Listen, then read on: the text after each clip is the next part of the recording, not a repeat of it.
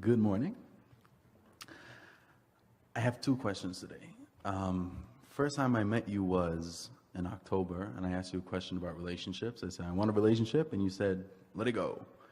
And then you said, wake up in the morning and stay with that 17 seconds and feel great and everything. And I did that, and so many things changed and had a lot of fun and stuff like that. And I guess my question today is that I go through my day, and let's say a song comes on the radio, and I don't feel bad about it, but it makes me think about having a relationship, and then I go with it without noticing that I'm going with it. And there's a lot of momentum in a lot of those songs. Yeah. A lot of momentum in a lot of those songs. So I guess Esther plays a game where she gets into her car several times a day and backs out of the garage, and XM radio is always on, and whatever song's playing when she backs out, she thinks it has significant meaning to her because it's divine timing after all. She's just not getting in the car because it's time to get in the car. She's waiting for the impulse and going. Sometimes she leaves a half an hour early because the feeling comes to her. So just a little aside here, because we want to talk about this divine timing, because it's part of what's coming next. So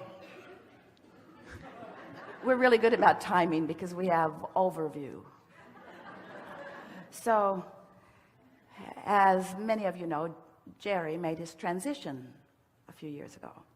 And so Esther has this wonderful ongoing relationship, and they play this game where there's a light in the house that if there's something significant that Esther is thinking about or wondering about, the light will blink, and Esther knows that Jerry's on the case, and then she has a conversation with him. And it's a light that shines down on a wall, and she can see it from nearly every place in the house. The house is U-shaped, and so she can see it from her office, she can see it from her living room, she can see it in the bedroom, which is where it is. And so recently that light stopped blinking so much, hadn't blinked for quite a while.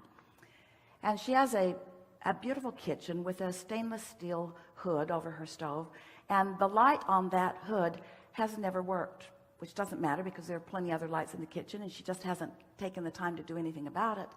And so as she went to bed one night, she said, all right, Jerry, that light isn't blinking, and I just want you to know I really like the light thing. I really like it. So if it's all the same to you, I really like the light thing. And when she got up in the morning, the light over the kitchen stove was on. And she couldn't turn it off. The button just is inoperative.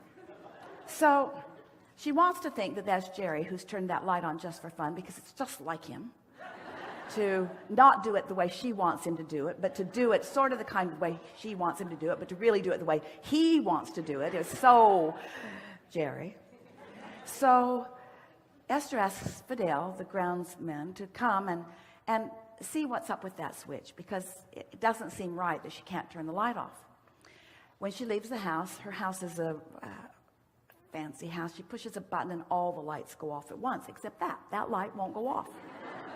So Fidel comes over and he dismantles it and takes it all apart and makes the light go off, and Esther says, thank you very much. And now that light isn't on for a little while, and then a few days later Esther gets up and she notices the light is on again, and again she cannot turn it off. So now she's on her way somewhere. She gets in her car, she pushes the button in the garage before she gets in the car that turns all the lights out except that one, and she's laughing to herself except that one. And when she gets in the car, the song on the radio, a country western song, is singing, try to leave a light on for me, will you?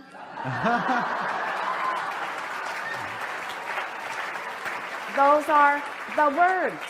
Those are the words. Now, so many people just want to call these things coincidence. We want you to understand that there's divine timing going on in your experience all day, every day. You just got to create the atmosphere. That's what Esther is saying to her friend the other day. Our work, singularly, it's not our work to find the path. It's not your work to find the relationship. It's not your work to figure it out. It's not your work to fill in the grid. It's your work, your singular work, to prepare a vibrational atmosphere around yourself so that you are the realizer of the impulses that will put you on the path. Not just because the path will lead you to where you want to go, but because the path is so delicious as it is unfolding. In other words, what could be more delicious than to feel that hands-on all day long, source energy, aware of you, knowing who you are and where you are and who you really are and what you really want, and knowing the precise path to get you from where you are to where you want to be at all times. All you got to do is chill and follow the impulses, you see. And those messages come to you in endless ways, through songs. Esther will be sitting and writing something, and a hummingbird will come and almost touch her on the nose, as if to say, that's the point we were hoping you'd get.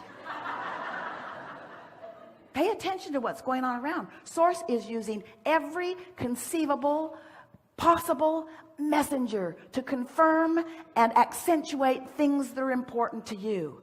You just got to be aware, you see. And you have to accept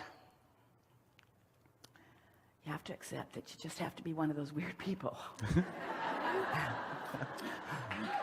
that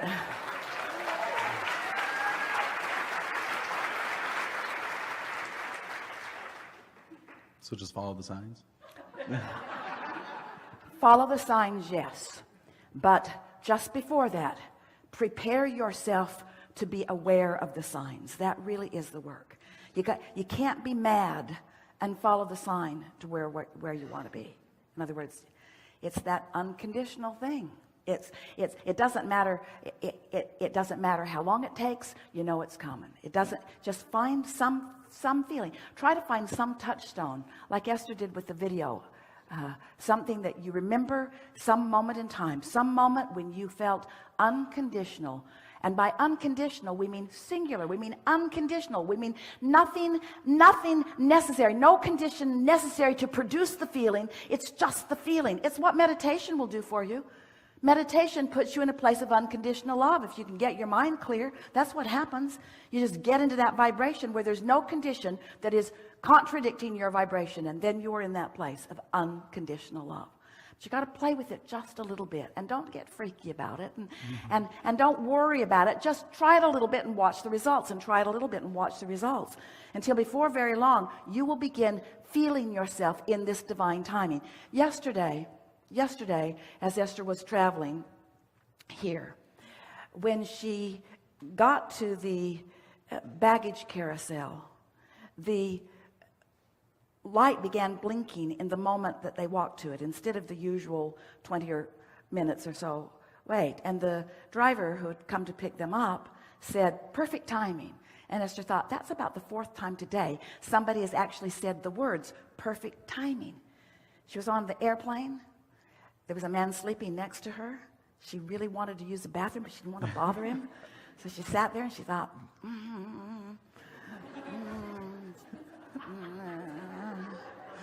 and then he woke up after her second loud sneeze.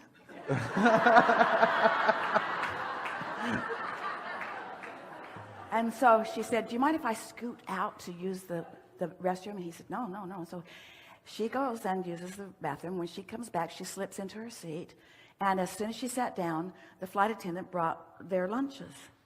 And he said, perfect timing. And Esther thought, is the whole world in on this? Is the whole world in on this? Does everybody know that perfect timing is the way that I am now living?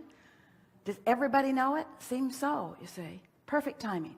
So do you understand that creation, co-creation, relationships, do you understand that that's about rendezvousing with the other?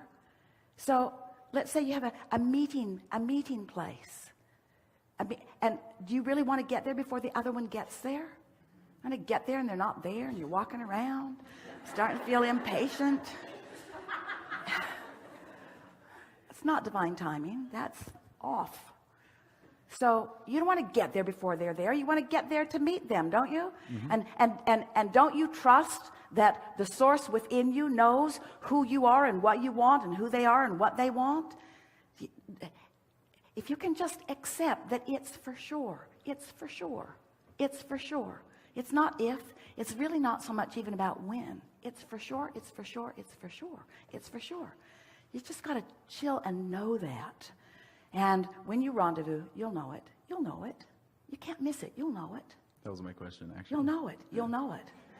And the best part is, not only will you know it, they'll know it. Okay. You see? because it is. What good is divine timing if the wrong person shows up? That's not going to happen. That's not going to happen. It'll be divine timing, and you'll know it. You will both know it. No game playing. No. I don't know. I'm not so sure. I got here.